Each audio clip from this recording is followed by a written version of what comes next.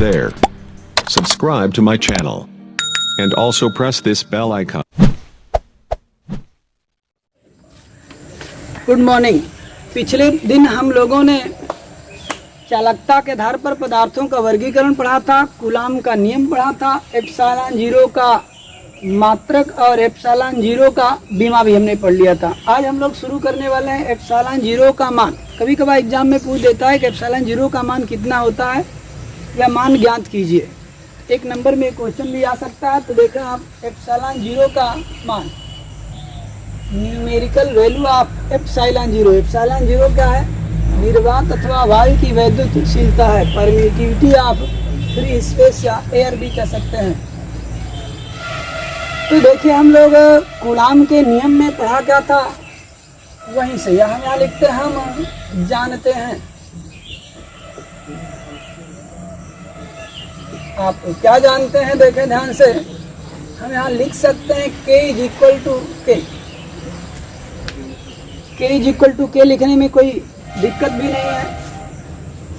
ये परावैद्युत माध्यम का परावैतांक है। कूलाम के नियम में हम लोगों ने K का मान एक बार पढ़ा था 9.0 गुणा 10 की घात 9, और दूसरी बार हम लोगों ने एप्सिलॉन जीरो के पदों में इसका मान लिखा था 1/4 पाई एप्सिलॉन जीरो। तो दोनों बराबर हो ही सकता है क्योंकि दोनों K का मान है, और हमें एप्सिलॉन जीरो का मान चाहिए। तो हम एप्सिलॉन जीरो को एक तरफ कर देते हैं बराबर के, बाकी सभी राशियों को दूसरे तरफ कर देते हैं, तो हमारा एप्सिलॉन जीरो का मान निकल जाएगा। अब देखें ध्यान से, हम इसे त्रिज्यक पक्षांतर कर देते हैं। तो हम यहाँ लिख सकते हैं epsilon zero is equal to 1/4 pi, और इधर चला आएगा गुणा हो जाएगा 9.0 गुणा 10 की घात 9। अब तनिक ध्यान दे के हमें करना क्या होगा। हम यहाँ अंक है, इसे 9 भी लिख सकते हैं आप, इसे 0.0 लिखना आवश्यक होता फिजिक्स में। तो हम 9 और 4 का गुणा कर लेते हैं, तो ये हो जाएगा आपका 9 चौका 36, और गुणा पाई है तो पाई का मान होता है 3.141। पाई का मान वास्तविक कितना, 3.141। ऊपर में एक है ही पहले से, और 10 की घात 9 को हम ऊपर लेकर चले जाते हैं, तो बगल में गुणा दिखा देते हैं। तो ये हो गया 10 की घात -9। अब आप एप्सिलॉन नॉट की वैल्यू निकाल लेंगे। देखें पहला कार्य क्या होगा, 36 का और 3.141 का आपस में आप गुणा कर लीजिएगा। ये औसतन आएगा 113.09 के आसपास आएगा, 07। तो ये आपका आ जाएगा, गुणा आप कर लीजिएगा, ये हो जाएगा 113.07 गुणा 10 की घात आपका -9 हो जाएगा। और तब आप ध्यान देखिए epsilon naught is equal to, इसका भाग दे दीजिएगा, तो इसे भाग आप अलग से भाग दे लीजिएगा। तो इसका आ जाएगा आपका 0.00882 के आसपास आएगा, या इससे ज़्यादा भी कुछ आ सकता है, कि औसतन आ जाएगा। अब देखें गुणा हम लिख सकते हैं, ये लगभग 5 आएगा, 10 की घात आपका आ जाएगा -9। अब आगे हम बढ़ते हैं। देखें फिजिक्स के नियम के अनुसार हमें दशमलव को वहाँ पर छोड़ना चाहिए ताकि दशमलव से आगे कोई एक अशून्य अंक बचे। तो हम दशमलव को 3 अंक यहाँ कर लेते हैं, तो एक अशून्य अंक उसके आगे बचेगा। तो हम इसे लिख लेंगे 8.8, और दशमलव के 2 अंकों तक हम शुद्ध लिखना चाहते हैं, तो दूसरे अंक को पकड़ेंगे, वो हमारा 4 बन रहा है। और इसके बाद तीसरे अंक को आप पकड़ लीजिएगा। अगर तीसरा 5, 6, 7, 8, 9 है तो आप एक अंक अगले वाले में जोड़ लेंगे, अगर 5 से कम है तो छोड़ देंगे। तो ये आपका 5 है, तो हम यहाँ क्या लिख लेंगे, 4 है कि ये भी क्या हो जाएगा 5, ये हो जाएगा 8.85। कभी कभी 8-6 भी यूज होता है, जब यहाँ पर 7 वगैरह यूज कर लेंगे। तो 8.85 गुणा हो गया 10 की घात माइनस, देखे ध्यान से 9 पहले से था, 3 अंक आप दाएं गए हैं। जब 3 अंक आप दाएं जाएंगे तो घात में क्या हो जाएगा, 3 अंक बाएं हो जाएगा, यानी कि ऋणात्मक हो जाएगा। 3 ये संख्या ऋणात्मक, 9 ये कितना हो जाएगा -9, 3 12। ये आपका मान आ गया। मात्रक आप एप्सिलॉन का ज्ञात किए थे, वो यूज कर लीजिए, हम कर देते हैं। देखें ध्यान से, ये हो जाएगा कूलाम स्क्वायर प्रति न्यूटन मीटर स्क्वायर, यह आपका मान हो जाएगा।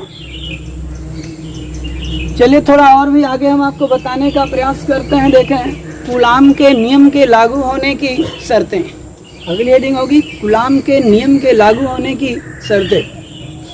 ठीक है, conditions applying the coulombs law. देखें कूलाम के नियम के लागू होने की मुख्य 2 शर्त आप दिमाग में रखिएगा, एग्जाम में आ भी सकता है।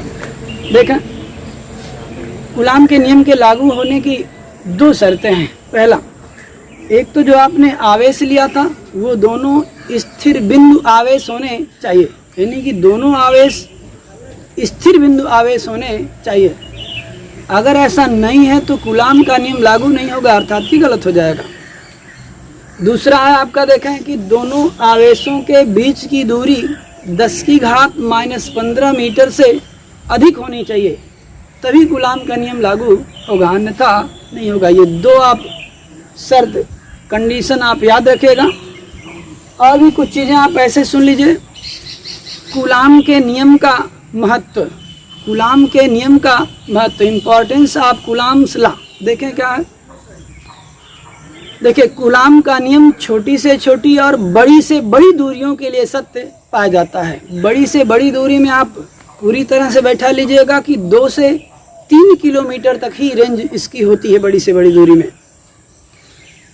और आप ध्यान रखिएगा कि कूलाम के नियम से हमें उन बलों की व्याख्या करने में सहायता मिलती है जिसके कारण, आप पहला दिमाग रखिएगा कि इलेक्ट्रॉन और नाभिक कह लेते हैं परस्पर संयुक्त होकर के परमाणु वगैरह की रचना कर लेते हैं। एक अगला दिमाग रखिएगा कि 2 परमाणु परस्पर संयुक्त होकर के अणु की रचना करते हैं। अगला दिमाग में आप रख सकते हैं 2 या 2 से अधिक परमाणु परस्पर संयुक्त होकर के ठोस या द्रव आदि की रचना करते हैं। ये कूलाम के नियम का क्या था, महत्व था। अब हम आपको बताने का प्रयास करते हैं कि वैद्युतशीलता क्या होती है। जैसे आपने इसको पढ़ा था, ये निर्वात अथवा वायु की वैद्युतशीलता होती है। तो अगली हेडिंग आपका क्या बनेगा, वैद्युतशीलता, परमिटिविटी। तो ये देखें वैद्युतशीलता क्या होती है, वैद्युत को सहन करने की क्षमता ही क्या कहलाती है, वैद्युतशीलता। वैद्युत को सहन करने की क्षमता वैद्युतशीलता कहलाती है। और ये वैद्युतशीलता कितने प्रकार की होती है, 2 प्रकार की होती है। एक है आपका निरपेक्ष वैद्युतशीलता और दूसरा है आपका आपेक्षिक सापेक्ष वैद्युतशीलता। तो तरीक देखें आपका कौन है, निरपेक्ष वैद्युतशीलता। इसे समझाने का प्रयास करते हैं, आप लिख लीजिएगा।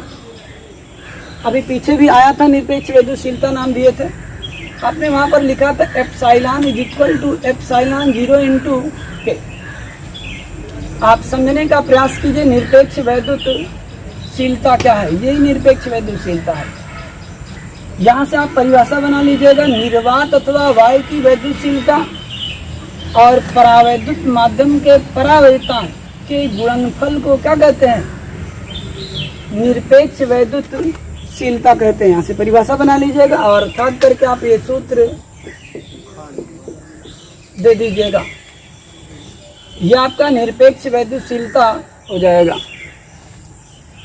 एक है आपका आपेक्षिक वैद्युतशीलता। निरपेक्ष वैद्युतशीलता को एब्सोल्यूट परमिटिविटी कहते हैं। दूसरा है आपका आपेक्षिक वैद्युतशीलता, जिसे हम लोग रिलेटिव परमिटिविटी कहते हैं।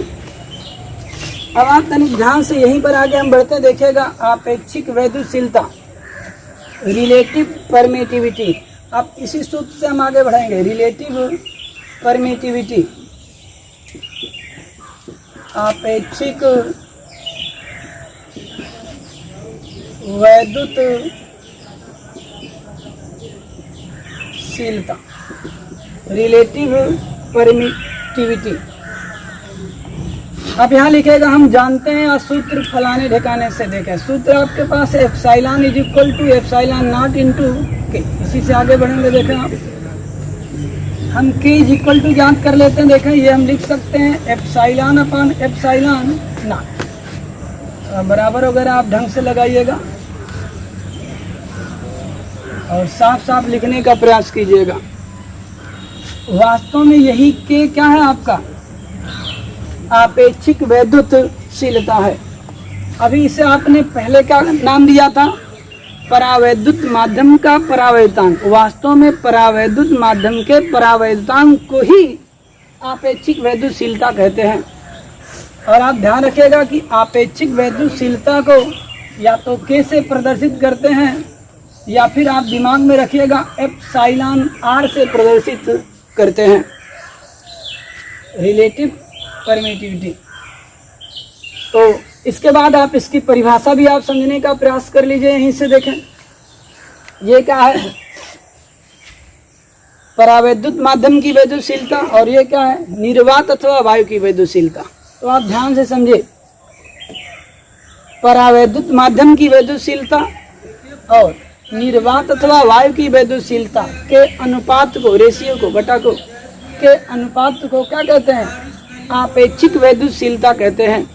इसे कैपिटल के या एप्सिलॉन आर से प्रदर्शित किया जाता है। अर्थात करके लिखेगा सूत्र फलाने से, यानी कि epsilon is equal to epsilon naught into K से आप लिख सकते हैं K is equal to epsilon upon epsilon naught. इसकी एक दूसरी भी परिभाषा लिख सकते हैं। चलिए बता देते हैं, आप देखें ध्यान से। के इज इक्वल टू, जाने दीजिए, इतना तो पर्याप्त होगा। विविध में उसे हम आपका कंप्लीट करा देंगे। अब आज यहीं तक हम सोच रहे हैं पढ़ाएं, बाकी अगले दिन।